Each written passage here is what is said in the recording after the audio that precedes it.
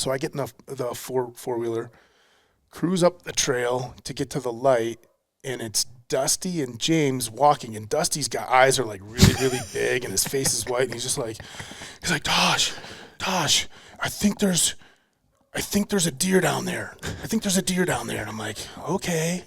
I don't know if it's okay, something, I forget what he was saying. And then James is looking at me, and I'm like, okay, Dusty. He's like, you should check it out. And then all of a sudden it's like, it was a bear. No, it was a bear. It was snoring. I heard it snoring. Welcome to the best hour of their day podcast with your hosts, Jason Fernandez. And me, Jason Ackerman. With more than 20 years in the business, as both coaches and affiliate owners, our passion is to help create world-class affiliates and coaches by building better boxes. Welcome to the best hour of your day. We'll add it in. We'll add it in in a minute. Welcome to the show. Welcome to the show. Tosh is taking my pen just in case something happens, so I don't have to interrupt and I can take a note and come back to it later. This is it's a true professional right here is what that is. But this is level 4. So Tosh. you don't have a notebook. Oh, that's right. I am a 2 level 4s and level 3 here. Yep. Write that in. You writing that down? That's level 3 notebook right there. I should be writing. I should be taking notes. Do you have, if he has another pen on him? I should turn my phone violent. I was gonna say you have a pen in your phone. I thought. But what is it like? You pick a topic and you just start talking? No. Yeah. No. Yes. Because there's an art to that, and I've listened to your shows. You keep your audience's attention. I appreciate that because sometimes you push record and you just go, and then you push record to stop recording, and then I'm always tempted. Oh, don't do that. That was stupid. That's gonna be no good. Delete it. Don't hang that one. Record again tomorrow. Whatever. And then I just made a deal with myself that once I push record, now I might stop and start because I had a bad start. But once I get going, hell or high water, man, you just post it and publish it and let it go because it's more authentic, and that's what I'm trying to communicate.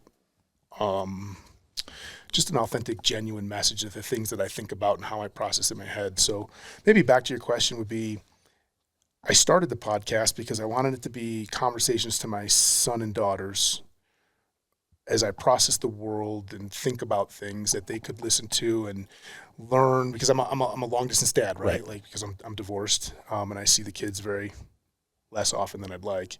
So my opportunity for engagement as they're getting older and going through these very, very critical years of development as young adults, right?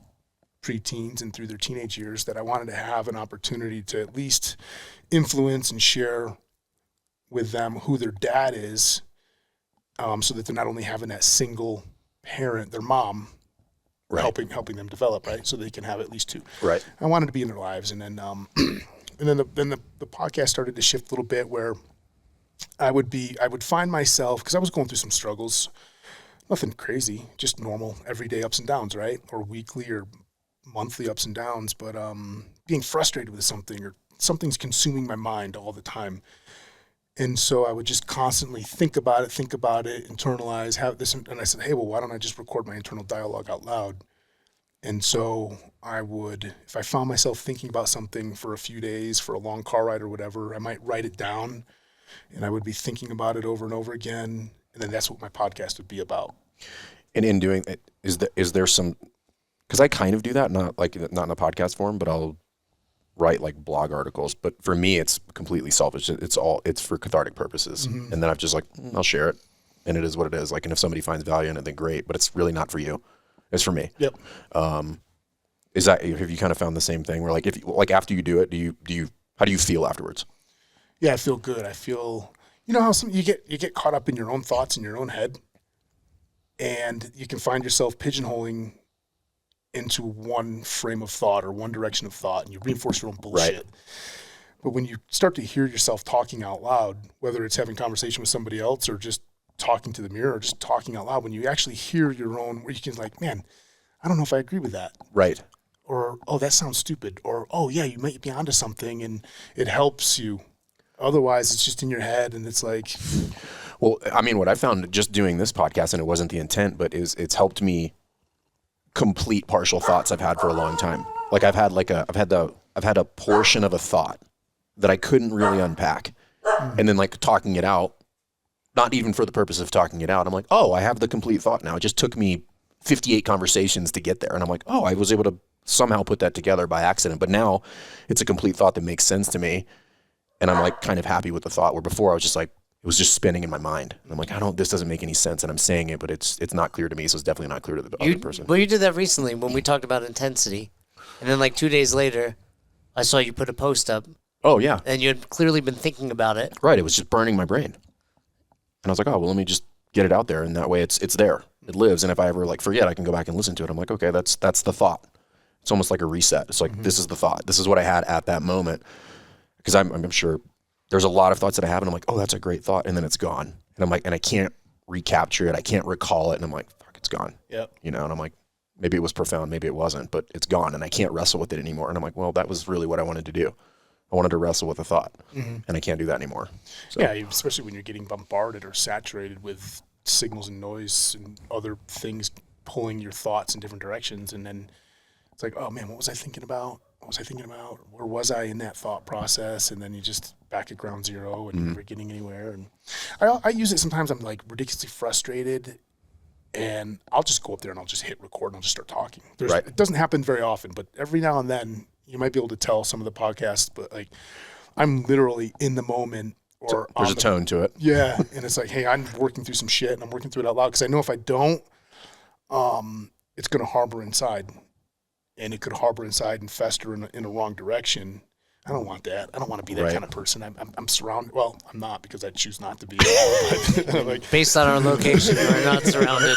I've got this luxury. Like I don't hang around douchebags anymore, right? Like, right. Or people that can't. Like, it's like, yeah, hey, cool. I'm good. I'm insulated. Yeah, no thanks. From that, but I don't want to be that either. You mentioned you do it for the kids. Do they listen to it?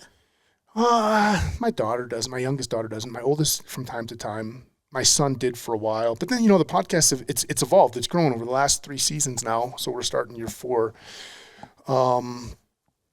My frequency, so I was real deliberate. Every Wednesday I was recording and publishing, and then the next year. And then now it's taking less because I don't know if I've thought all the good stuff that I possibly think of right now. Out of ideas. Right? Out of stuff. But I found that I was trying to contrive things to talk about. It was forced. Yeah, and I didn't want to do that, and then it was artificial, and then I felt like it was a chore at times, which I'm okay with responsibility. I'm okay with making a commitment and sticking to it. But if I'm not looking forward to that, is it coming across in the message? Am I forcing it? It doesn't feel authentic, or it's adding stress. Like, the last thing I need to do is find another thing to be obligated to add stress to my life. This is supposed to be a stress reliever, and like I might travel for 2 weeks, and maybe I'll take the podcast equipment with me. Maybe I won't, but instead of feeling like I'm chained to this, it's supposed to be something that's empowering for me. And it is, and I'm trying to preserve that while balancing, because Noah Dean, Dr. Dean, if you will, you gotta love Dr. Dean, right? I don't know who that is. You don't? I thought you did. I was pretending like I did. I was looking at you and I was pausing. I was waiting to get the feedback. I think you're a doctor. I thought you would have known a doctor. Yeah. Dr. Noah Dean, MC for Wadapalooza. Oh, now I do. CrossFit Odessa. Now I do. Okay, I didn't know he dude. was a doctor. Well, is he not a doctor? He's a legitimately. He's like doctor. me. He's like him. We're fake doctors. Hey, his degree says doctor. Okay, you don't have a degree. Tosh, you'll probably agree with this. I think the L4 credential should be a doctor. Hey, why not? Jenny, do you agree? Jenny Orr's in the background. Yeah, she's watching. Nate. Scroll left. So the first thing, how many of you currently coach people? Okay, when you started coaching, did you try to watch everything at one time? What happened when you did that?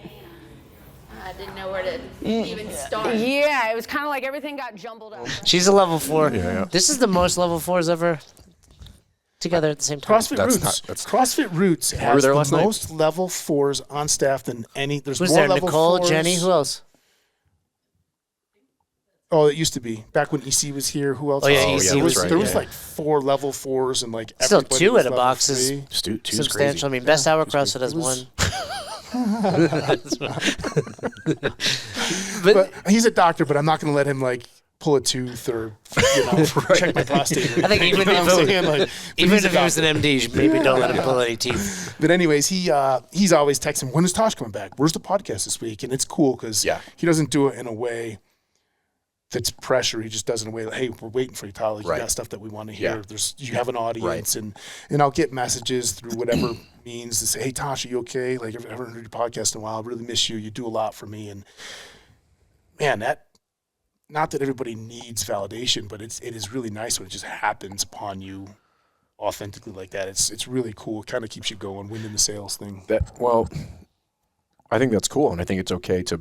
I mean, it sounds like you probably struggled with that a little bit. We're like, should I feel happy about this? Like, is it okay for people to be, get a fan? Not necessarily a fan, but is it okay for people to get some sort of relief or some sort of value out of what I'm saying? Like, like Jess told me that years ago. She was like, hey, you should just write articles. And I'm a horrific writer, but she just didn't want, she was sick of talking to you. That's true too. But she was just like, hey, there's people that want to know what you have to say. And I was like, really? And I was like, that sounds weird. So then I did the same thing. I was like, well, I'm not going to write it for them because that feels weird to me and it feels inauthentic. So they're kind of like letters to me. And then people are like, that's really cool. I got a lot out of that. And I'm like, okay, well then this is a win-win for everybody because I didn't write it for you, but I'm glad you got value out of it. Is that authenticity?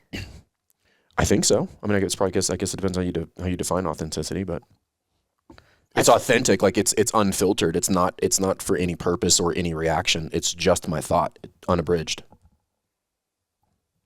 So I don't know, but like I said, it was purely cathartic in nature. It's not for anybody. It's for me. And bonus if people want to listen to it, read it, if it resonates with them. Well, we did this. The podcast was the same genesis. We were just like, we want to talk to people. Like, I want to come and sit down and talk with Tosh. We just happen to be able to share it with people. And I'm like, okay, so that's a win. But if we were just doing this, sitting out there drinking whiskey, I would be just as happy. You're the only one drinking whiskey, for the record. Yeah. Coffee, seltzer over here. Listen, it's good balance. It's good balance. Good. Table's nice and even. For people that don't know Tosh in the CrossFit space, level 4. Yep. Are you level 4? Yep, it's still current, I think. Still current. Do you get credits for diesel days? I don't. I'm good for another year, I think. So haven't really. I'll cross that bridge next year when I get that message from Amy saying, "Hey, Tosh, hey, you're about to be in trouble." Jenny reminds me like once a day. I think at this point she's like, Jay, you haven't done something. Do it. Get your ass up here for Diesel Day. You get 28 CUs. I'm good. I would do it regardless. April 1st. April 1st, done. Right, is you writing this? You got nowhere to be. Wait a second. You're local. You live like Boulder. There's no reason not to be there. April 1st, Ackerman. Oh, great. I do want to. Fern and I talk about Diesel Days regularly, and his coaches are coming. But for the listeners, if you have a level 3 credential and you take a Diesel Day here, you get 28 CEUs. Is that right? 28? Yeah, it's a lot. I mean, that's. a lot. Damn near I think you it's need half 55. Of, half of your requirement. I think you need 55 every 3 years. 55 every 3 years. 55? No, it's 50. 30? It's 50. It's 50. Walk us through what a Diesel Day looks like. And then you could take Diesel Day 2, which is it's moving through Diesel 1, whatever, but then you get another additional 8. I mean, you could come for 2 Diesel Days and have 36 CEUs just like that. Damn. Done. And be a better human being. Yeah. Well, walk us through that, being a better human being. What is a Diesel Day like? Because I think this is one of those things that you understand and no one else understands till they show up. Right. I mean, I talk to Dustin Virgil regularly. You were with us. Funny stories about it. It was at the games this year. Fern, Dustin, and I shared a car. We had the best car at the games. He was raving. It was me, Virgil, DeGane and Ackerman. Yeah. Joe. Best car of all time. So Dustin told us a story how he thought what did he say? He thought he saw a bear. He thought he saw a bear. He was like freaking out, having delusions. Do you remember that, Jenny? Oh God, it was hilarious. You remember this moment? I want to hear your story. Dustin would not care at all. So in the middle of the night, I mean, okay, so Diesel Day is a 24-hour physical evolution. You're just moving. You self-select your scale, intensity, whatever, but you're just kind of doing operating for 24 hours. And really fatigued. And it must have been like 2 in the morning, 3 in the morning. And we're hanging out by the garage, and the participants, are doing their trail evolution on the he said you got like a point if you did it without a weight, 10 with a weight, something like that. Yeah, there's some mileage and details there, right? But he's got a plate with him, and he's doing laps, and they got a headlamp on, and all of a sudden we just look up there, and I'm on the left side of the garage, and Hobart's over there on the far right, and we're just kind of watching as things are unfolding late at night. And there's the instructor staff kind of comes in and comes out depending on what it needs. And this time of night, it's like, hey, we're pulling back a little bit to let them sort through what they need to sort out at 3 a.m, right? Like, shit gets ugly at 3 a.m. Especially after you've been going for 18 hours, right? 16 hours. And we see this light, and it's not moving. It's like, okay. And then we're kind of doing our thing, and then look up, there's this light, and it's in the same place. I'm like, man. And I didn't know, but Hobart had noticed the same thing going on, and he went for a walk to go check it out, and I waited for it a little bit longer, and I was like, oh, man. I told Jenny, I was like, hey, you got this down here. I'm going to jump in the buggy and cruise up there and check that out. And we hadn't known that James had already went up there. So I get in the four-wheeler, cruise up the trail to get to the light, and it's Dusty and James walking, and Dusty's eyes are like really, really big, and his face is white, and he's like, Tosh, I think there's a deer down there. And I'm like, okay. I don't know if it's okay, something. I forget what he was saying. And then James is looking at me, and I'm like, okay, Dusty. He's like, you should check it out. And then all of a sudden, it's like, it was a bear. No, it was a bear. It was snoring. I heard it snoring. I'm like, okay, Dusty. Okay, cool, buddy. Oh, and before I got to Dusty, Connor Warman was walking down the trail, and he's like, I'm like, I know I'm going, Your boy up here. And because Connor walked by, and Dusty had told Connor, so I'm piecing stories together, secondhand, third telephone. But Connor goes to walk by, and Dusty was sitting down on his plate, cross-legged, and he was like looking down this hill, and it's pitch dark. And when Connor walked up to him, he's like, don't go, stay here, you can't go, it's not safe. He's trying to convince, and Connor was like, you're fucking with me. Like, you're trying to beat, because they were he was involved. Yeah. And Connor just was like, okay, Dusty, and he just kept walking. like a true, like you just deal with your own cool story. shit, right? So anyways, Dusty thought he heard a bear snoring. He was convinced he heard a bear snoring down this little gully. Stop, just drive up there and check it out. Just check it out. I was like, okay, Dusty. And James has kind of got his arm underneath his shoulder because he's delirious. It was hilarious, man. And he's just for the, if you don't, he's a big man. Big dude, former.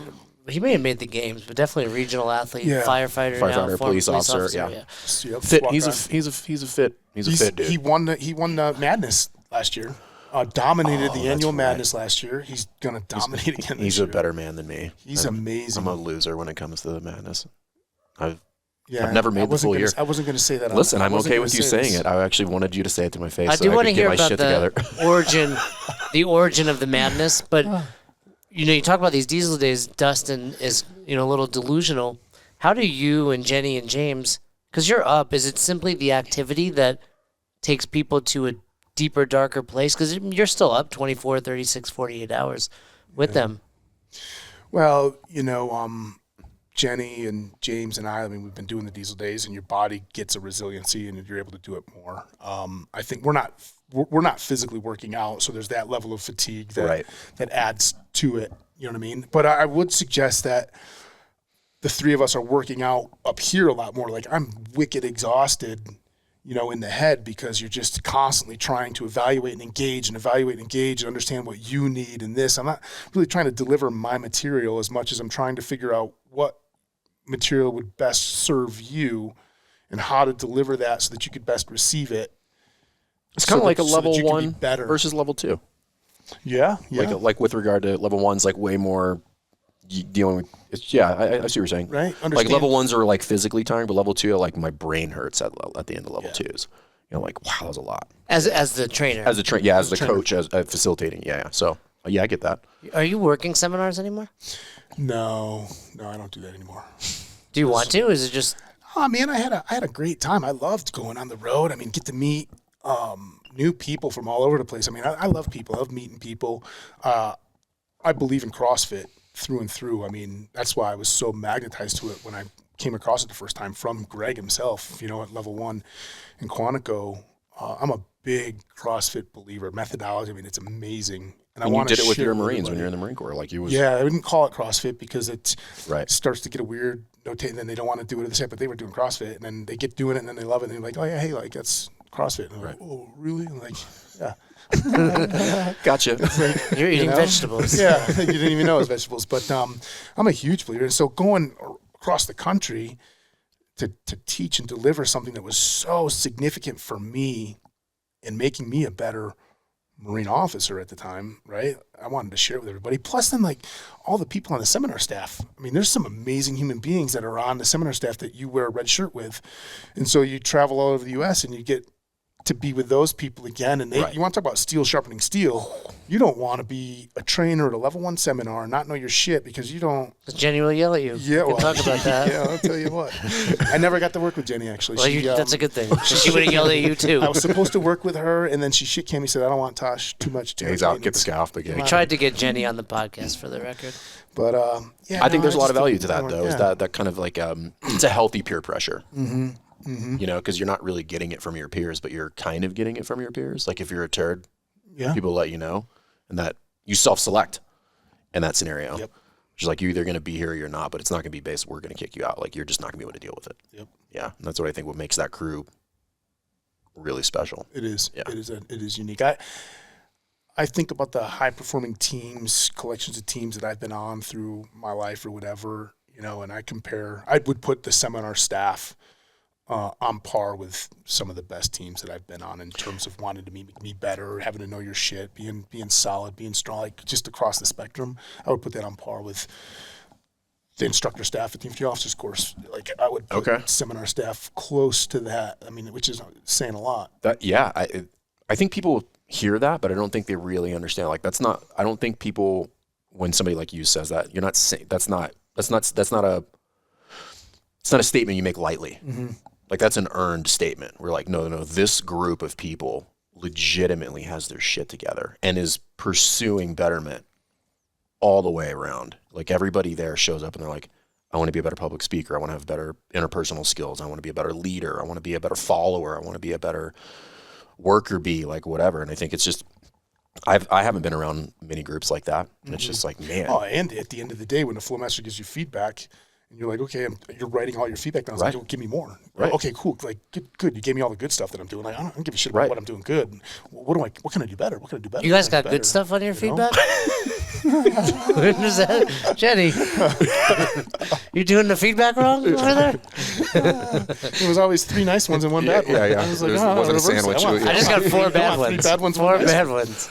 Yeah, so, but I think what is also unique about that group is it is no nonsense, and even if you are doing a good job, the level of competency that's expected is that there are always things that you can improve on, like things you're not paying attention to. Like all of us will get some level of complacency somewhere in our delivery in a seminar setting, and in the good flows, I think the ones who are paying attention know how to pick that stuff out. Be like, you're crushing it over here. I don't have any feedback. But right here, this thing right here, while it might seem subtle, it's not if you're trying to be the best. And if you're here, you're trying to be the best. So you got to clean that up. Yeah. That's what I've always appreciated. I've always got some sort of critical feedback from every flow master I've ever worked with. It was never like, hey, great job. Mm-hmm. It was like, you're doing really good. This could be better. And that's what I've always loved about it and come to crave it too. Mm-hmm. Which is like, don't tell me I'm good at stuff. Yeah. Like, who cares? Oh, even it was the flows that I respected the most, I think, incredible. It wasn't the ones like, oh, you missed this word and you said this incorrectly and you skipped this. Like, okay, cool. But they don't spend a lot of time on that. It's just like, hey, you need to read your level 1 manual over again, your training guide, because you're not giving it verbatim like you're supposed to on these things, and you missed this point. Okay, cool. Like, got that. That hurts because that flow master knew that you cared about your job so much that was not going to happen again. All they had to do was say it. Right. But what they did dig in, I was like, hey, the next time you do up there, like, try working this and see what you get in terms of response or some sort of soft skill inside. And it's like, man, this person's trying to develop me as a human being. Yeah. And the application is in delivering the level 1 material to a seminar. Right. But that's just the application of this individual trying to make me a better human being for all these other applications. Right. those flow masters have magic. Yeah. There's not a lot of them that can do that super well. Who are you thinking about? Well, you write it down. You write 3 names down on a piece of paper. I bet you we come up with at least one and all the same 3 names. Yeah, there's a lot of carryover. Yep. But there's. We're all gonna write Jenny because she's here. Listen, I can't write. She was not. I never had to work for her. well, Tosh, what strikes me like it's fascinating about you is you have a rough exterior, but I think you are very vulnerable.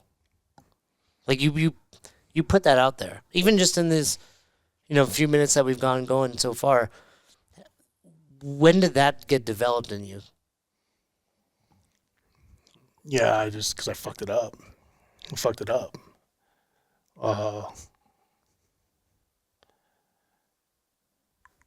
I know when it happened. It wasn't a good time. You think you're all fucking that, and the next thing you know, you're not, and people die. That'll sober you up quick. You think you're invincible. You think you can just do this. You can walk around the battlefield because of all your successes. And now you can cut corners and cheat corners, and you start believing in your own bullshit. Yeah, and then when people get hurt because of that, I remember that. And if it wasn't for Pat Millay saying, "Hey Tosh, I think you've had enough," I probably would have got a lot more people killed. So yeah, I'll never go back. I'll never go back and be that person. Too many people walk around all the time. They tell you what they know. I'm going to tell you what I know. I'm going to tell you what I know. I'm going to tell you who I am, who I think I am. It's like, yeah, hey, cool. Like you're fucking dangerous. I don't like to be around those people. I like to be around people that are willing to inspect themselves, identify where maybe they got some room to grow, because what that does is that's a reflection for you to be able to do the same for yourself. It's setting an example so that you don't fall in that trap, And when we were at the infantry officers course, Uncle Jay, Piers, Jay Lappy, we were instructors at the infantry officers course. This is all post most of my kinetic operations. Right. And then he had this saying, it's like, yeah, believing in your own bullshit. One of the most dangerous things you could ever do is believe in your own bullshit. And you're always going to believe in your own bullshit if you're around the people that continually believe your bullshit too. And not only do they believe in it, they feed it back to you. And then you're just in this echo chamber of bullshit. See how that works out for you when you're in the middle of the woods by yourself and you're trying to survive, or you're in the middle of this situation, in the middle of that, or worse, when you're trying to have people rely on you to know what you know and not bullshit what you don't know, so that you can organize strengths and mitigate weaknesses in order to be successful. And I started thinking about my kids. I wouldn't want to be so full of bullshit, my kids, because if you think about your children, in my relationship with my children, everybody's relationship with the children is much different. I'm not saying that my relationship with the children is perfect or imperfect, it's just mine. But kids generally, like, they look up to their parents. Like, you didn't have to get a degree to be a parent, did you? You didn't have to get anybody's permission to be a parent. You didn't have to pass any tests in order for you to say, okay, hey, you're good to be a parent. You didn't have to do any of that. You just fucking get drunk and do the wrong thing. And next thing you know, I was gonna say, I did have to give my wife permission. Barely. Any idiot can be a parent. Yeah. You know what I mean? And it's like and what's so beautiful about kids are they look, no matter how fucked up that person is that's a parent. I don't know if I'm allowed to say that on this. It's better off. It's fine. Kids will always give the parents the benefit of the doubt. Like, trust is implicit until the parent actually proves that they don't deserve it. Right? It's not like that when you're dealing with adults. Like, you have to earn my trust. Like, you don't just get it and then it's yours to. Right. You have to earn it. Kids will automatically give their parent figure the trust until that parent figure decides to lose it. And it's like, man, I don't want to be this dude that's so full of shit all the time. I have all the trust of my kids, and am I giving them shit that's going to ruin them for the rest of their lives? I worked for a guy when I was a young Jay. I think I was a lieutenant, and I had a chief who was he was a tanker. He was a Marine, then transferred, went Navy, and he was great. Charles Smith, he's from South Carolina. I'd give that dude the biggest hug in the world if I saw him right now. And he always had this thing. He's like, there's essentially 3 types of men in this world. So there's men that don't raise their kids at all. There's men that raise their kids. And then there's men that raise the parents of their future grandkids. And that like spurned my brain because it's a whole different way to look at that. It's like, you're a child, but I have to look at this whole thing in the context of making you a good human being for later. And I've never forgotten that. So when he told me that, and it makes me look at, you know, how I interact with my kids or my staff or just people in general. It's like, what's the downstream effect of my interaction with you? Just past you, not just me and you, but like one step further than me and you. Is that going to carry on? Is it going to be a negative effect? Is it going to be a positive effect? Like, what's that going to be? And thinking about it and having to do a lot of self-reflection of like not projecting my shit on other people, because then that will just go to the next person, whether it was my intention or not. And I was like, thanks, Chuck. You know, like that guy was great. You know, he had like, you know, he's like most chiefs, you know, like you guys in the Marine Corps, he's like, you got a whole book of sayings that you're trying to write down half the time, you know, and, but that was one of them. We would sit around and just bullshit all the time, but he was great. I loved that guy. Chuck. Yeah. Charles Smith. He was great. I don't want to take this off topic because that's awesome. But what you were saying and what you're saying, I think you can draw a correlation to affiliate owners. Yeah. I mean, it's kind of all the same. What you were saying, you know, where it's like affiliate owners are notorious, Fern and I speak about, of getting caught up in their own bullshit and surrounding themselves with yes people. And then all of a sudden when they're alone, they're like, how'd this happen? Or what do I do now? And they're useless. So I think there's a lot that can be taken from that. For I was that guy for a long time. I was, you know, when my affiliate was garbage, it was because of that. I was like, oh, I know what I'm doing. Telling myself every day, I'm like, oh, it's fine. You know, you ask any affiliate, I'm like, how are things going? Pretty good. Is it? It's like you asking people about their nutrition. How's your nutrition? It's pretty good. It's pretty good. Yeah. Well, and then when you get one coach that's willing to say something and stand up, and they're like, I don't want to hear it. Yeah, and then it falls apart. Yeah. Yeah. And I think, so it is kind of going through that. Is that the genesis of Diesel Days? Kind of that evolution for you? Is that how you kind of crafted that, or is that a...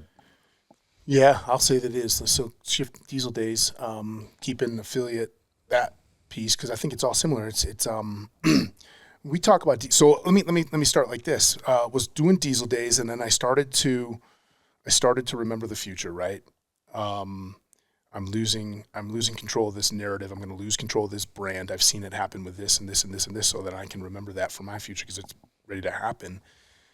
And we've got Dustin Virgil, Connor Warman, jacked dudes crushing the Diesel Day, and we got pictures of it, right? And then we do a Diesel Day 2, and we've got so-and-so and so-and-so coming in, and they're breaking the record that Dustin Virgil set. And it's dudes that are jacked, lifting a lot of weights, and it's a diesel, the word Diesel Day, right? Like it connotes physical event. And so we started to get all these applications. Everybody wants to come and do this physical event. Tosh, I want to come for one of your beatdowns. It's not a beatdown. And I started thinking, and Portillo's like, sir, you're too soft. Portillo was a Marine who worked with me. And he came for a Diesel Day. He was in Fallujah with us. And he's like, sir, afterwards, I got some feedback for you. Right. And I love Portillo. And he's like, you're just too soft on these people. You're too soft. What happened to the old sir, you know, just beat the shit out, just crush us. And here you are, you're walking the trail and putting pickles in my mouth, giving me a Jolly Rancher, and you're just nice, and you're saying nice things. Like, fuck that, sir. These people need the old you. And I was like, yeah, you know, Portillo, I get it, Porto, man. Like, people are paying a lot of money to come here to learn some shit. Like, you know, this isn't the Marine Corps. Like, I could beat the shit out of you guys, and I had your loyalty, so you weren't going to tell on me. It's different there. You had to do what I told you. Right? This is voluntary. Yeah. And they're paying. But and then I started thinking, like, hey, I don't want people thinking that this is a physical event, because it's not. This is a psychological event that masquerades as a physical event. Psychological meaning emotional, intellectual, even spiritual, you could say, right? Like, but we masquerade it as a physical event. Hey, you're going to come here and you're going to work out for 24 hours. And you're going to do this and you're going to, oh my God. And it draws. And, oh, you're CrossFit and you got Rogue Fitness weights and this and that. And the images of our dudes with their shirts off that are jacked. And I'm like, yay.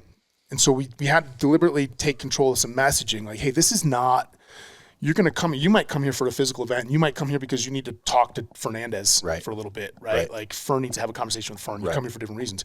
But everybody's going to leave saying, holy shit, this was so much more than the physical event. This is really, like, I got some out of the physical. Didn't think I could do this and do this, and that's cool because we layer success points, right?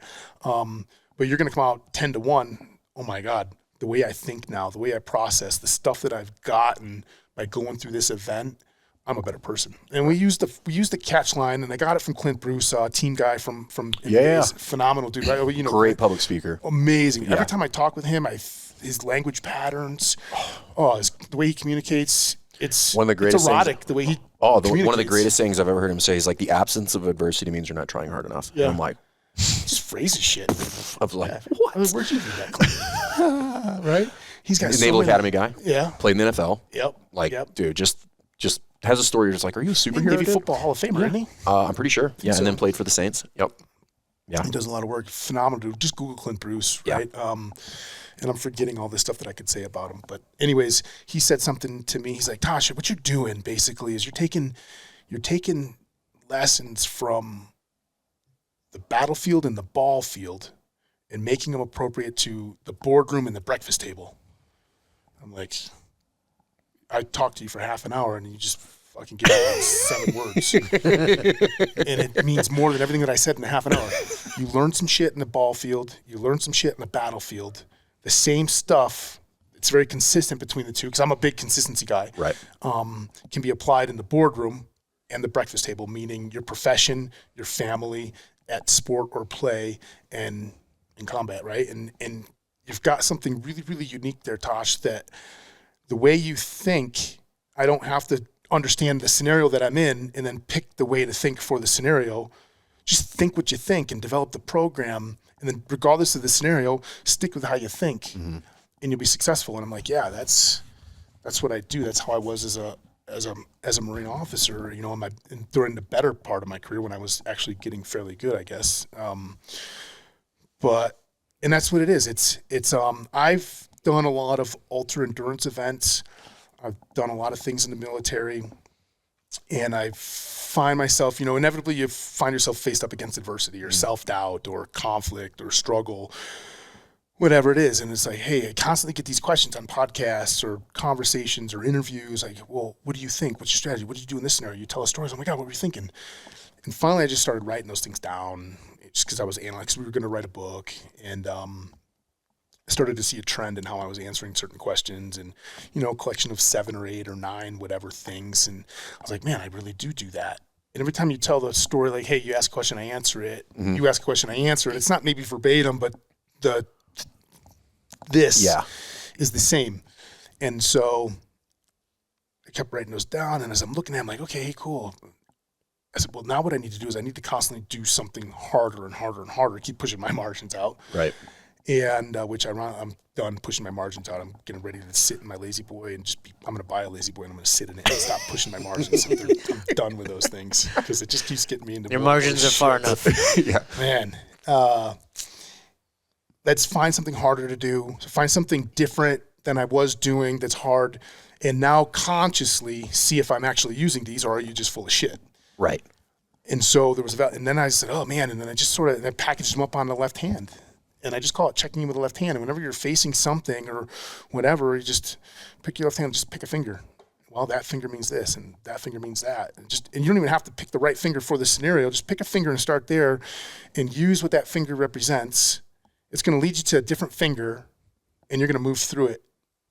And so we created a Diesel Day event that helps you practice, put into practical application while you have a mentor coach there with you to work on this left hand material.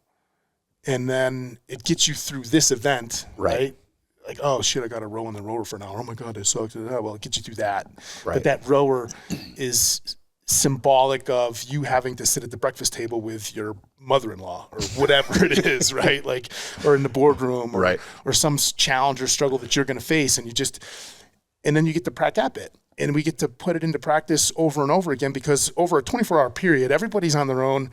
You can hit highs and lows at different times. And if we're doing our job right on the instructor side, we're pushing and doing this and doing that, and we're saying words and setting it up, not artificially, but we're present to help you through. And we're connecting you to help you practice. And you're going to hit it 4 or 5 or 6 or 10. Some people hit it 2 times. Some people it takes 20 hours before it hits them. But the physical piece is just the vehicle for me to deliver you to the mental space that allows me to be in there with you, to have the conversations that you're having in your head, and teach you how to reframe the conversation so that you can be successful. That's what I was going to ask you. Do you think that the physical aspect in order to essentially maybe break that boundary so you can get to where you need to go? Like I have to remove that armor, that whatever that sheath on top of you, because that's what's preventing us from getting there. So I have to like soften that up a little bit in order to get to whatever the shit is we're going to deal with. Do you find that is almost required in order? I mean, you could do this a lot of different ways, I'm sure, but it's probably like the easiest mechanism to do that. Maybe, I don't know. I'm just familiar with it, right? Like my background training, I always had this talent for figuring out how to train and do appropriate training and good training and quality, whatever through the military and then afterwards. And I'm physically wired by nature and leverage nature as well. You can put your guard up. Everybody can put their guards up and protect yourself. But when you start to get tired, it's harder for you to expend the energy on keeping your guard up, right? And you find yourself getting a little bit more, when you're physically fatigued, you get a little more emotional. It's harder to keep your psychological guard up. What's the saying? Fatigue makes cowards of us all. Oh, sleep deprivation makes cowards of fatigue, but sleep deprivation. You want to make somebody a coward? Just take away their sleep, man. How quick does that happen? Different for everybody. Yeah. Your event's 24 hours? Diesel Day 1's 24. How long is Diesel Day 2, Jenny? 32? 32. Diesel Day is 32. We add an extra 8 on for Diesel Day 2. And do you find that you can get deeper on those days?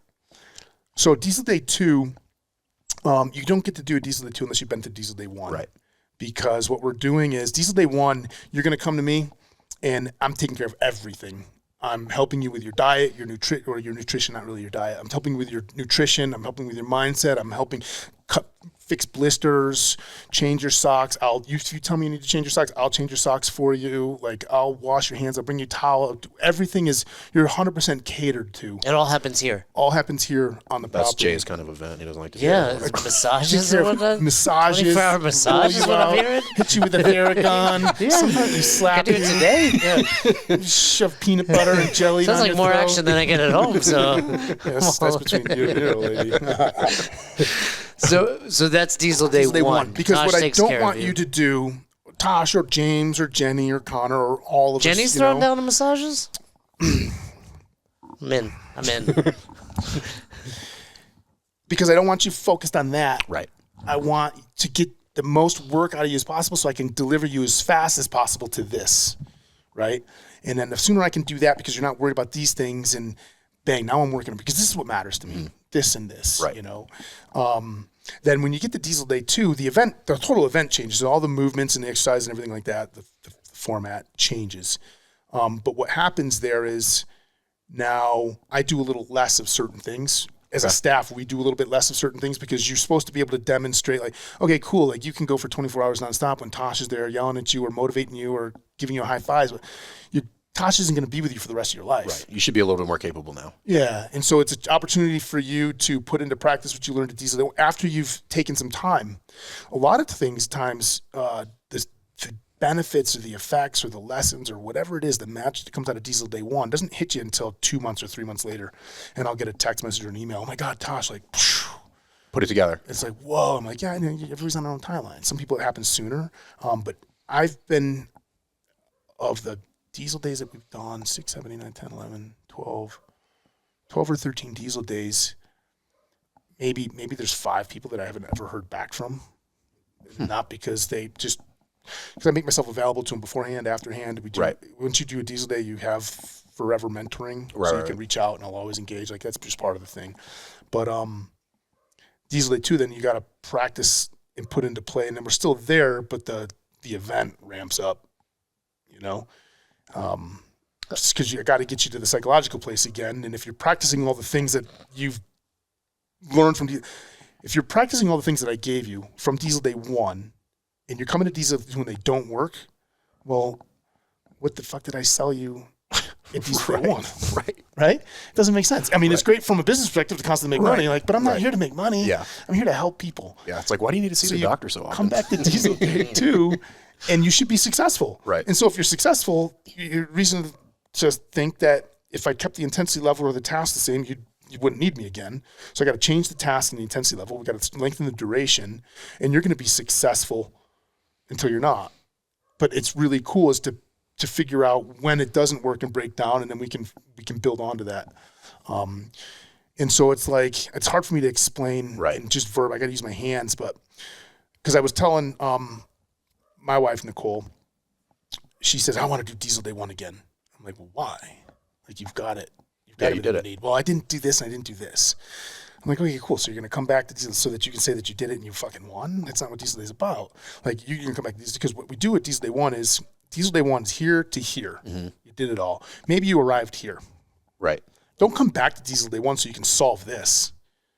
I see what you're saying. Why would I do that? So come back to diesel day 2 where I do from here to here. Right. And so when you come back to diesel day 2, you get to work on not only this, but then you get to go to here. It's progressive in thought for training, instead of like, oh, I got to get my 100% before I can go to the next thing. No. There's overlap, because then there's some reinforcement. Mm-hmm. And then there's that. Now, if you come to diesel day 1 and you only got to here, which we've had 1 or 2, but they came here for different reasons. They didn't come here for that. Both of them came here because they were prepping to do, much like Lindsay Andrews, she's prepping to do Kilimanjaro, right? So I kind of worked with them. But when Kate came here, she hit this, but she was prepping for an Everesting. Mm-hmm. And so we delivered her to there. She's one of 2 people that I would say, yeah, you can come back to diesel day 1 for sure. Come back to diesel day 1, man. I'll fucking comp you. Right. Like, I don't give a shit. Like, because I know that we were focused on this, but she's a special client of mine in another realm. Mm-hmm. So we just got her to where we wanted her. Now she'll come back and we'll get the rest of this. Right. But you don't just come to a diesel day 2. There's nobody that comes and just does a diesel day 2. No, you shouldn't be able to. No. Yeah, you'd have to prove something prior to that, that you're kind of like, I guess, worthy of. I don't say worthy. That's probably not the right word, but like ready. Ready. Yeah. You've walked the path. You're like, okay, I understand what this is about, and I'm the next piece is probably pretty clear to people coming into the second one. Where the first one is probably, I'm kind of here to figure this out. Yep. Yeah. Okay. Well, I mean, if you just come to diesel day 2 and you've missed all this material, like, how am I supposed to make connection with you so that you can make meaning of your experience when you don't have the shared common experience that precedes it? Right. We have to operate from shared common experience to have implicit understanding. You know what I mean? Mm-hmm. And that's what all my events do, whether it's diesel days or the other stuff that I do with Crooked Butterfly Ranch or the Big Fish Foundation, is I try to create shared common experiences so that everybody has a baseline to make meaning and connection from. Mm-hmm. It's like a iterative learning process. Right. You know, I think we might have talked about it on the first podcast, right? Like, we kind of dabbled with training. Yeah. So with those, Big Fish. Explain to people what Big Fish Foundation is. Oh, that's the nonprofit that we set up for veterans. Right. We just provide amazing opportunities to veterans who want to continue to work on themselves. Yeah. Because it might not be recently, but did you just recently or last year do something with Travis Manning Foundation? Every year, I do something every year with Travis Manning Foundation, but that's through Crooked Butterfly Ranch. Oh, got it. Okay. Yeah. Crooked Butterfly Ranch is a for-profit business that I started, leadership experiential learning. Got it. Okay. Right? And we were doing things, and we were doing amazing things for veterans, and I wanted to do more, so I was going to start making chewing tobacco to sell, so that all the money that I made from the chewing tobacco, I could still pay want some. for. I know, right? Fucking government. So that I could pay for the opportunity for veterans, because I felt like we were doing. And Bill Henniger was like, let's do it. Because he loves veterans, obviously. I mean, he's amazing man. And then when that fell through, he's like, what are we doing, Tosh? It's like, I just want to help veterans that they can benefit from this, but a lot of them can't afford it or whatever. And I just wanted to make money so that I could pay for it. He's like, well, I'll just raise money for you. Why don't you start a nonprofit and I'll give you money? And I was like, well, I don't want to start a nonprofit. I just want to help veterans. Right. I want to sell chewing tobacco. And so he just let me go for a year. And then finally I was like, hey, Bill, I want to do that again. He's I'll like, take that money, Bill. And so... So how'd you get connected with TMF?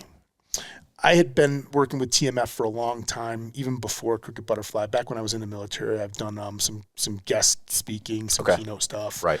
You didn't know him, did you? I didn't, but one of his really good buddies, Josh Jabin, is their COO. Yeah. Okay. So, yeah, that's right. Because Jabin was a Marine up in. He was a Marine, but he was a senior when I was a freshman. And then Travis was he was a good friend of mine. He was a year above you, wasn't he? Jabin or Travis? Travis. So interesting story. So he was there a year before. I don't remember. I actually don't remember what but basically they like circled him back, and he ended up in my class. So plebe year, and then we graduated together. You know, did at least we did at least one summer cruise together. And he was And him and Brendan Yep. were Looney. roommates, and Brendan and I went to naps together. But Okay. yeah, his sister Ryan, amazing, you know, and his dad, and you know, like just really, really good people. I never put that connection together. Yeah. Oh shit. Yeah, so I knew him for a long time. Yep. Gotcha. Yeah. Good dude. Yeah. So Amazing- Travis amazing Manning shit talker. comes up. Yeah, yeah. Amazing shit His- talker. Yeah. You know, like it's cool. Like you can hear people's friends say, "Hey, this person was a good dude," right? Like, okay, that means something. But like, of course, you're friends. So what are you gonna say? No, my friend's a douchebag. Like, come on. I mean, yeah, hey, my friend's fucked up here or there, but he's a good dude. Right? Yeah. Like, you know. Yeah. But when you're men, now that's the luxury of a military experience, right? But like when you're men, like men and women, okay, fine. I just didn't work with women in the infantry, but at my time, what they said about you spoke volumes. Like, oh Correct. no, that's a good officer. Right. Or that's a good sergeant. Or Yeah. that's a good, gunny or whatever. Like that meant the world. Yeah. Anybody can say something about their peers. Like, okay, that's a note. That's a data point. Right. But I always used to say, I wrote a paper that didn't get a lot of thumbs up. Because at EWS or AWS, whatever, you had to write a paper, something. I wrote a paper, and I said, popularity is the ultimate leadership indicator. I believe that. And it's like, popularity? No, it's not a popularity contest. It's like, you're taking the word missed- yeah, popularity the way you that I'm not using misinterpreted it. Yeah, you And so I misinterpreted wrote it. this long, it had to be a long, I don't know, it was 1,000,000 fucking pages. Because it had to be, right? Like, true military Just like fashion, just right? randomly putting Everybody words in order. Like, read the first paragraph. and then flip to the 78 last paragraph. adjectives in front of this. And I was like, yeah, popularity, man. Like, whoever's the most popular is probably the best leader. But nobody read through the thick of the stuff. Well, in the military, that term has a different meaning. Negative, big negative. Yeah. It's meaning like popularity. It's not the same like as most people look at popularity. Like if you're popular in combat units or stuff like that, it's probably because you have your shit together and you are a good dude. So that's what's just like, hey, do you know so and so? You're like, good motherfucker, and you're like, okay, check, checks out, got it, all right, cool. And they're like, and they might give you the, hey, what about that guy? You're like, he's all right. What people don't say is usually more telling than what people do say. They're like, yeah, you'll see. You're like, oh shit. And not only that, but like popular amongst the three different. So in Up in and this down paper, is the it big was one. Up, down, Right. and across the Right. peers, right? So your subordinates, your superiors, and your peers. Right. If all three of those guys are saying, or groups are saying, good dude, good, like That's the one. Yeah, that's the one. And that's the thing that I think that I've taken away from that, and then I think a lot in corporate world and a lot of scenarios they don't look 360, and they're like, oh well, the boss thinks they're great, and I'm like, well, he's probably kissing the boss's ass. He's giving the boss exactly what he wants. He wants a raise. Of course, the boss likes him. I'm like, what about the people that work for him? Yeah. Like, what about those dudes? What about his peers? Are they like, fucking douche? You know, like that's who I want to talk to. I want to talk to the people who work directly underneath that person, who work directly adjacent to that person. What do they think? I don't care what the boss thinks. We're going to find that out Well, anyway. you do. Well, you do, but you like care that's about all easy. three. Yeah. But we're going to find that out anyway. Like you're not going to advance if the boss doesn't think you or have your shit together. Like that one's kind of a pretty binary in a lot of scenarios. Yeah. Like the other ones are a little bit, they weigh a little bit more in my mind. I'm like, what do those people think? Yeah. You know, because your boss, like that's kind of self-serving in a lot of instances. Well, I do a good job because I want to go somewhere, I want to achieve something. But these are absent of all of that. Mm-hmm. Like my peers and the people that I work for, like, you know, I'm sure you have leaders that just stepped all over those people, made it all the way to the top because everybody thought they had their shit together. Yeah. Oh, and I think it's important too to consider the source. Right. Right. Like, so I was in a bad place. I'll shoot this fucking guy if I ever see him. He's the only dude I'll shoot in the face if I ever Not see really everybody, just, you know. him. No, really. I left his command. He was a boss of mine. He was an absolute criminal, horrific human being. He actually ended up like getting court-martialed well after I left him. He got promoted like 2 more times, and then they reduced him in rank and kicked him out of the Marine Corps. Anyways. Yep. So I left working for him, and I was like, oh, Tosh is all fucked up. And I had to fight this professional reputation that was really, really good to freaking rock bottom. Like, Tosh is all fucked up, and for all different kinds of reasons. Mm-hmm. Oh, because he's this and this and this and this. It's like, Jesus, man, I couldn't. It was bad place, right? And then I went to work at division schools because they had to put me someplace. And while I'm working at division, right before I went to division schools, I'm working for this colonel. And he sat me down. I'm just like, Jesus, here I am. You know, this Tosh has come in, and he's got everybody in the fucking Marine Corps knows he's all fucked up, whatever, because this guy, I mean, he's a battalion commander. He had a lot of pull. And I sat down behind Colonel Hastings' desk, and he just looks at me, recon dude, been in the Marine Corps forever, like just he's working G3, right? He's ops for division. And he's like, hey, don't worry about what, so I'm not going to use his name. Todd's name, Todd Eckloff. I'm not going to use his name. Fuck that guy. He listens to the show too, so it's awkward now.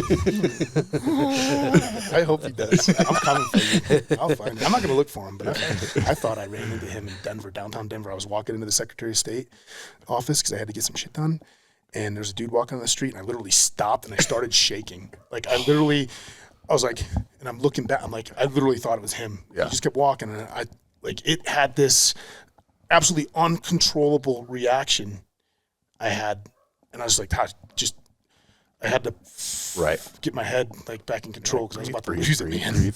But anyways, so I'm sitting across the desk, I'm all over the place here. Colonel Hastings' desk at the G3, and he's like, hey, don't worry about Todd. He's your best endorsement.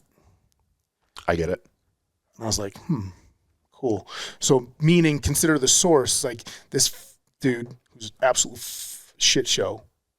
People know. Right. He's in a position, whatever. He's saying bad things about you. Well, consider the source. The source matters, right? Yeah. Like, so back to this, I don't know why I had to tell that story, but when you're getting words from subordinates about somebody or whatever, and it's like, okay, hey, how come the group of shitbirds are all saying that's a great leader? Okay, consider the source. So in your popularity contest for leadership, you always have to consider. Right. So it's not unanimous voting. Right. Let's consider who's making the vote first. Yeah, it's not how many likes you got on Instagram. You know what I mean? It's like, what does this cohort think of this person? You might get 3 different answers. Yeah. So you have to sort that out and be like, okay, I now have to look at that group. But so this is, from because I always like to try to tie this stuff into affiliate ownership. This is something I think many of us lack because that takes a lot of introspection. You have to ask a lot of questions that most people won't answer the first 1,000 times you ask it. And then finally you might crack that nut and they'll be like, okay, here's the deal, man. You're messed up for whatever reason. Here's what I actually think. And I don't think, this is what I've learned, and I don't know if this is right or wrong, but if you want people to tell you the truth, you have to ask them a lot of times. To continue to ask, hey, give me the feedback. Because like most people don't actually mean it when they ask, so I have to just keep asking. Hey, no, like literally tell me. If I'm fucked up, I need to know. Tell me. And then eventually you'll get there. But I don't think as leaders and affiliate owners, stuff like that, I don't think they're resilient enough with the ask. Like, tell me. Like, give me the answer. I would agree. Maybe, I'm not in affiliate space. I could see how I would want to agree. I don't think that's wrong. But let me ask this. Let me just throw a different piece to it. Yep. If you want people to tell you the truth, then you got to be willing to tell the truth. 100%. If I'm the kind of guy that always walks around and you're one of my clients, right? Or you go to my gym, one of my members, and like, oh, good movement. Oh, perfect. Oh, beautiful. Like, hey, you're fucked up. Hey, you're not going below parallel. And then you throw a temper tantrum, like, hey, no fucking rap. Like, but if I'm willing to go there with you, regardless of your response, you're probably going to be more willing to tell me the truth too. We had the same conversation with Nicole Christensen last night about like how our interactions with her clients. I'm like, you have the right to say that because it's been reciprocated so many times, and everybody's just like, you're not bullshitting me here, dude. And out of respect, like it's going to come back here, and I'm going to take it as well. And I think, but you want people to give you honest feedback. We learned it when we're doing breakouts. Oh yeah, in the circles. Oh, great.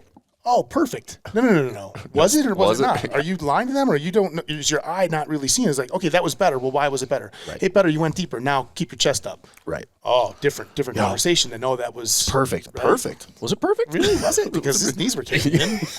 You know what I mean? We're looking at the same thing. Right. Yeah. Well, now I'm starting to question your credibility as a coach because if you're calling that perfect. Well, that's a tough one, right? Because you have to ask the follow-on question to say, do you not see that, or are you not okay telling them the truth? Yeah. Right. So that's where you have to get through that, and that's a weird little package. I heard you doing that today. Yeah. In the coach's development.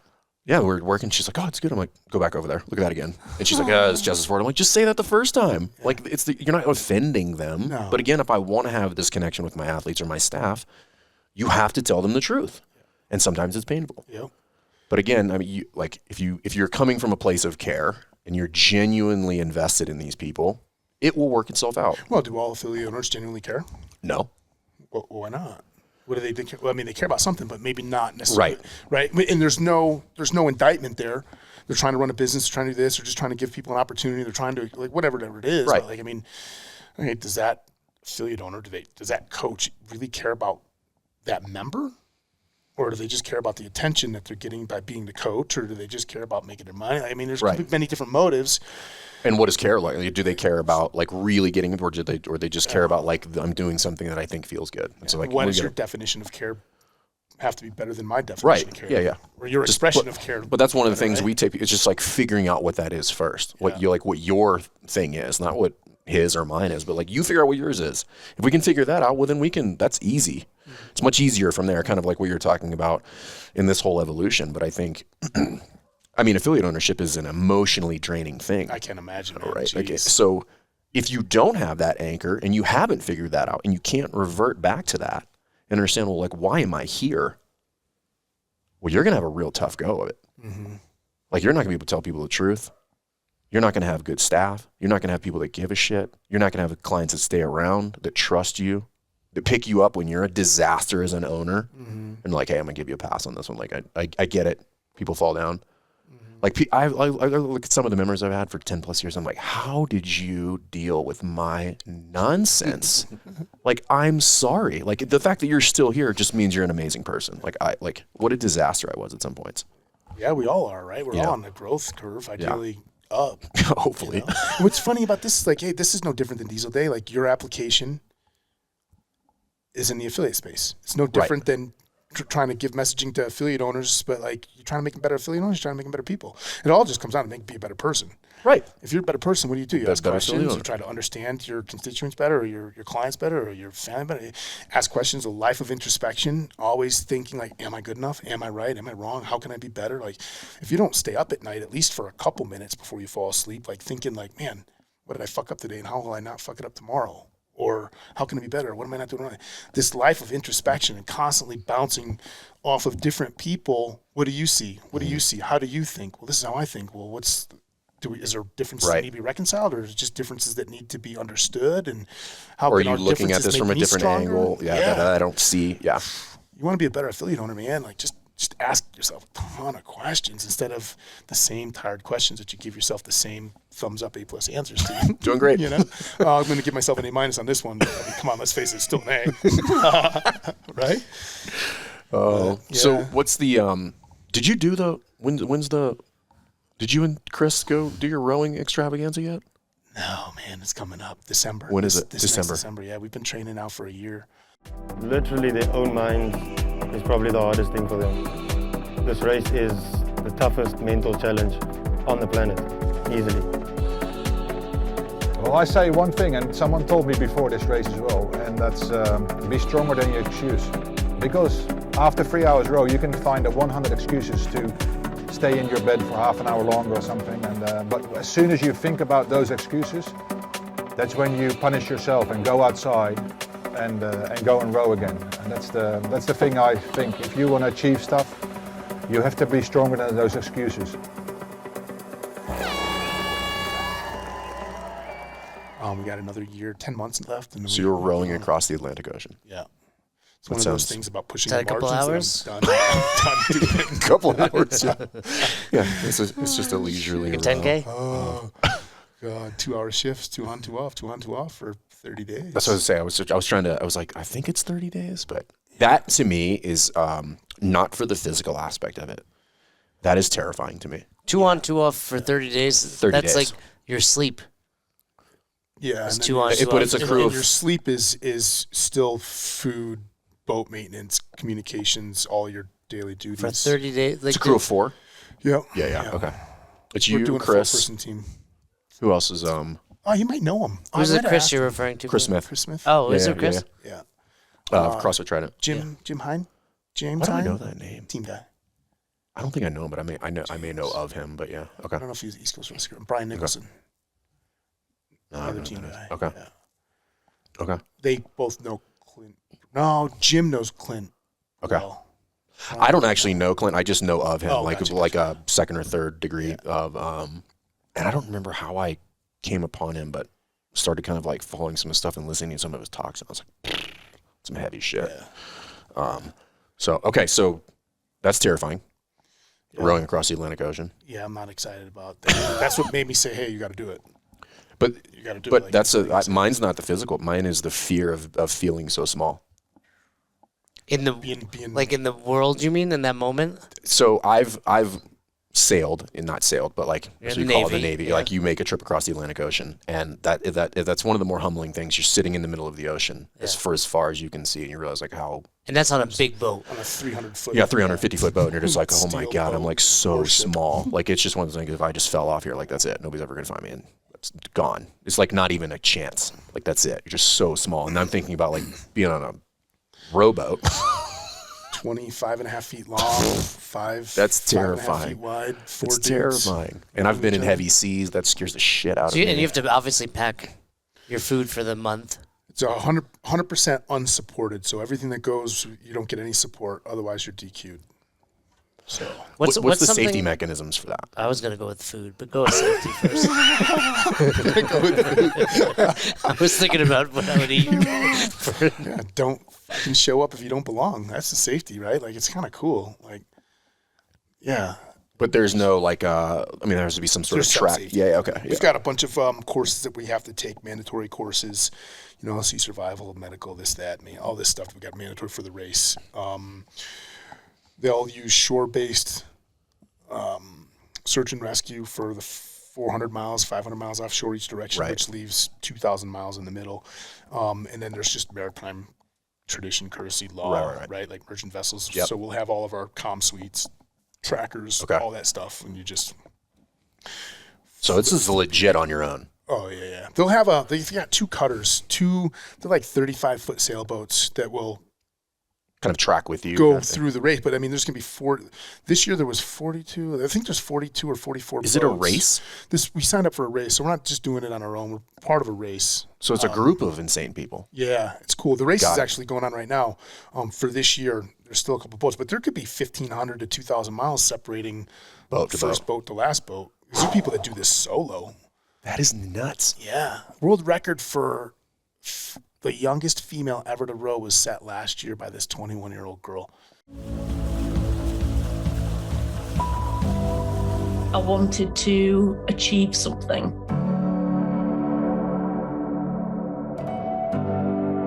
And I wanted to challenge myself. So then in the future, whenever you come across any just life challenges, I can say, well, if I rode an ocean, I can get over this. I couldn't even imagine being 21 Was she on Joe years Rogan? old. She was. That's gonna right. say, Yeah. she was That's right. there. Yeah. I couldn't be 21 years old by myself rowing across the Atlantic. I mean, she did it all by herself, man. It's just phenomenal. We didn't think she was going to finish because she got caught in a storm. Anyways, that's a different story. But yeah, we're doing it. We're doing Okay, it. back to the food. What do you pack that you look forward to on that? Because I imagine you have to have some sort of mental, like, almost like a reward in between those. You must have something to look forward to. Yeah, the finish line. There's that like peanut butter cookies. I'm not speaking for my other teammates. And it is nice to have a creature comfort, right? But that's not how I'm wired. I'm not wired that So way. whatever they serve If you. you're already thinking that you're going to need a reward to help you from being weak, This is not the event for you. Okay, I was gonna sign up. So well, maybe I no. should. Like being serious, right? Yeah, this isn't the event for you. But if that's your Honest mind, if feedback, that's that's your what it was. mindset, Right. if that's your mindset, let's fix or let's introduce a different way of thinking because you're already planning to fail. You're already planning to be weak.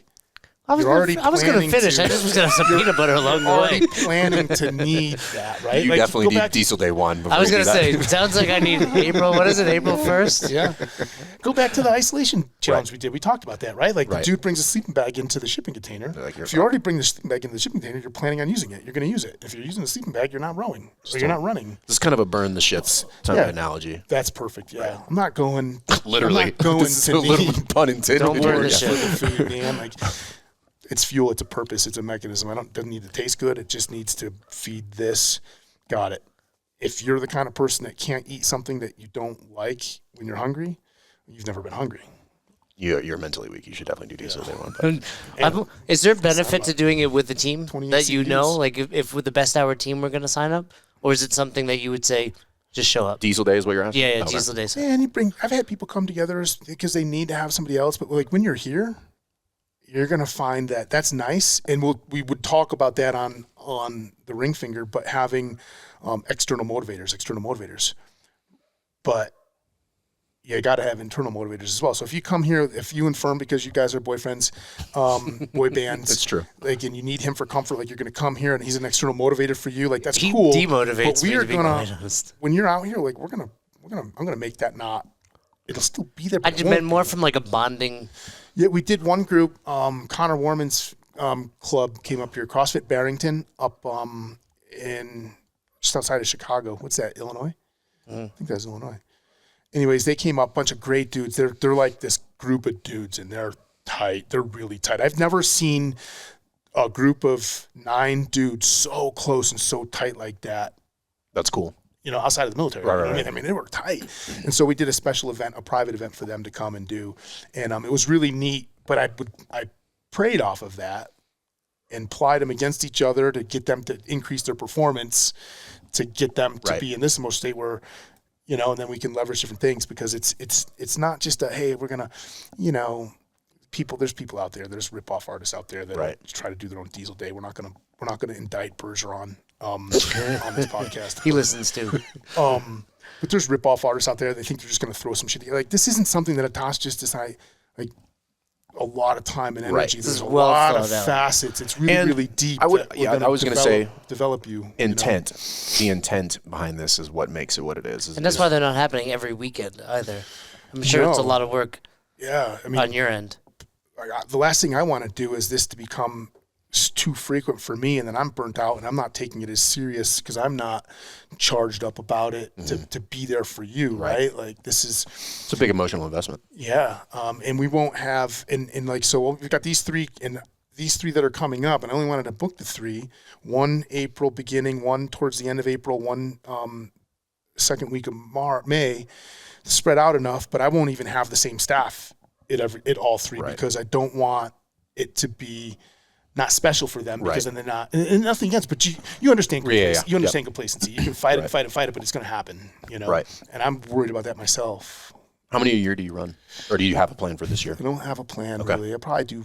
I want to do another Diesel Day 2, a little bit later in the year, and I'll probably do 1 or 2 more Diesel. So I'll probably do 5 Diesel Day 1s, maybe 2 Diesel Day 2s. Okay. So it's just tough. I'm also definitely balancing. Yeah, I'm definitely going to just do road one. Lindsay and Cassie are going to beat me to it, but I think it's something that people should look into, particularly. And again, for what you said, not for the physical portion. No, it's like not. come here. The physical portion's really good though. Right. It's I'm sure. really Yeah, cool. I'm sure it's exactly what it's teed up to be, but I don't think that's why people should show up. I think people should show up to come out of the back end having, shed some stuff, become a better person on the other end, and be able to take that forward and whatever you're going to do, affiliate owner, coach, whatever. That's why we did the video. Athena came. Athena. Oh, really? Yeah. She was Athena in the, Perez. yeah, yep. And we did a video and trying to capture some of this stuff and focus on the human development that's going on and some of this other stuff. And Right. Hear Marshall and Mike talk about the things that they talk about, and hear Athena. And we did a couple Instagram posts capturing Athena's words with her testimonial over 5 takeaways and things like that to try to show that this isn't just a bunch of dudes coming up and try to throw some steel down and we're fitness. That's really cool, dude. I think, I think this is, this is what I would, this is a stretch event is what I would just, this is like, you're going to be way outside your comfort zone, regardless of where you come in, I think. Yeah. But it's appropriate too. It's infinitely scalable. I don't think you just come in and break people. Right. Yeah. I mean, I would intentionally come in with the goal of dominating Jay and him You had the leaving same goal today at the workout. him leaving a worse person as well. I don't know. I'm gonna find out what snacks he needs. So he gets hungry. I was gonna like some cookies. Some cookies. Jenny, we have like some M&Ms, maybe some peanut M&Ms. Spread of treats and yums. I've heard the good. Something for Dustin did say Yeah. a lot of peanut butter sandwiches. There's Well, something for everybody in the spread for sure. I do want to say usually I'm the most masculine one on this podcast, but today I'm Definitely gonna give that to you, Tosh. Yeah. Where does that come from? I'm just saying, like usually I'm the masculine one. Yeah. And I've never heard that. no, I feel like people think that though. Yeah, I don't know who those people are. About. Today, Tosh gets you. Take your shirt off real quick, and then you can get that. You can have that title. You can't back. wait. You can have that title back. But I mean, I hope, because even just listening to you talk and being a part of this episode, I'm motivated. And I think even if you never sign up for a diesel day, you know, you can get some motivation from within, but find it from other people. But yeah, challenge yourself to get out there and do something like this. You don't have to row across Do hard stuff. the freaking Atlantic Right. without peanut butter to prove that you're masculine. But you know, you can sign up for diesel day. This has nothing do to a lot do. of things. This has nothing. Which is interesting that you're saying this. Masculine I'm might trying not to be the a right dick, word. but like, there's nothing about me that tries or strives to be masculine. Maybe it comes out as masculine. Fine. I don't do these things to try to. It's funny because I was actually thinking and stewing about something like, why am I doing these things? Am I trying to? When I was younger, or less mature, or in my growth curve way sooner, I would do things to try to prove myself to other people. Right. Prove myself. Everything I'm doing, I'm trying to prove to somebody else, prove to somebody else, prove to somebody else. And I found that somewhere in the last 10 years, in between there, somewhere, like, I give two shits what anybody thinks about me. I'm not doing anything to prove anything to anybody. I'm trying to prove to myself, are you really what you say you are, so that people don't believe something that's false, so that you don't lead them down the wrong road. But like, I don't give two shits about being masculine. Doesn't matter. Like this whole masculine thing, it just doesn't even matter to me. There's nothing I'm trying. If it comes off received as being macho or whatever, like fine. But I'm on this quest inside of here to heal some shit, to be better. I don't want to use the cliche, be a better person today, because I believe in sucking less. I want to suck less tomorrow than I did today. I want to suck less tomorrow than I did last week. I've been the worst possible version of myself. I can go back to that point in time. I will refuse to ever be that person again. That person disgusts me. And I've got the luxury, the privilege to be able to have that perspective and say, fuck that guy. Fuck that guy. I'm never going back there. Never going back there. And everything that I'm doing, I'm trying. And some days I'm better at it than others. Some days I have a little tiny relapse. But if every day I'm trying to further distance myself from that miserable human being, I'm hedging. Use your sickness, fitness, wellness, health curve. What's that continuum? Jenny, what's that continuum? Right? Jenny doesn't know. Not the real one that OPT Sickness, just came out with. fitness, but, right? Fuck that rip-off artist, too. He is a rip-off artist. Anyways, somebody actually reached me out. Oh, never mind. A different story, but that's not for here. I just call people out, man. Whether I'm right or wrong, it's just my point of view. I'm not upset about it. I don't like people that steal from other people. It pisses me off. You borrow and give credit, that's a different story. Right. Fucking thief. Don't repackage and brand. But it's the sickness, wellness, fitness continuum. Well, sickness was that person that I was. Now, for me, it's your worst possible version might be you cheated on your 11th grade math test, and that's the worst possible version that you've ever been. Like, that's fine. I mean, there was no way I was going to get out of 5th grade if I didn't do that. Hey, I hear you. But, your worst version of yourself doesn't have to be what mine. It's not comparable. It's I recognize at a specific point in time, there was a period where I was, no fucking way. I'm never going back there. Never going back there. And everything I do now is not to prove myself to anybody else, not to be more masculine, I don't have to go into a bar and like measure people's dicks and say, hey, I'm in 3rd place or last place or whatever. Like I don't do none of that anymore. I'm just me. And everything is driven for that reason inside of there, and I just find myself having to constantly push my margins farther and farther. And now it's funny, we're almost like leading into the podcast I want to do is like, when can I stop pushing these fucking margins? Get that lazy boy. Yeah, like after this row, man, like at some point, man, you just gotta take a break. Take a break, yeah. Let's take a breather and reflect on where you're at, man. Let's just tread water for a little bit. Well, I think people should check it out. I appreciate what you do. Yeah. I appreciate the message, and I think it's important to have those conversations, and I hope people take, the appropriate message away from this and think about it and stew on it and figure out how to take that information and apply it in their own lives. Because there's a lot of important shit to be done, specifically in the affiliate space, and because you have a lot of reach in being in that position, and I think it's something that shouldn't be taken lightly. So I hope this helps, for anybody that's listening to this. And if you want to reach out to Tosh for Diesel State, where's the best place to find that information? crookedbutterfly.com. Okay. Or just Instagram at Crooked Butterfly. That's kind of where most of my material's at. Cool. And if you just Google it, you'll find it. Cool. What's neat is I got notification that the trademarks are in. Oh, for, nice. Crooked Butterfly and Diesel. So I'm really excited about that. Cool. You know, Well, and hey, and I don't want anybody reaching out telling me where Todd Eckloff lives. I already know. All right. listen, there's so many things about this conversation. I don't want anybody reaching out to give me that address. But no, dude, this was fantastic. Thank you for having us. Yeah, this has been you great. And look forward to catching up with you soon, man. Thanks for checking out this episode of the Best Hour of Their Day podcast.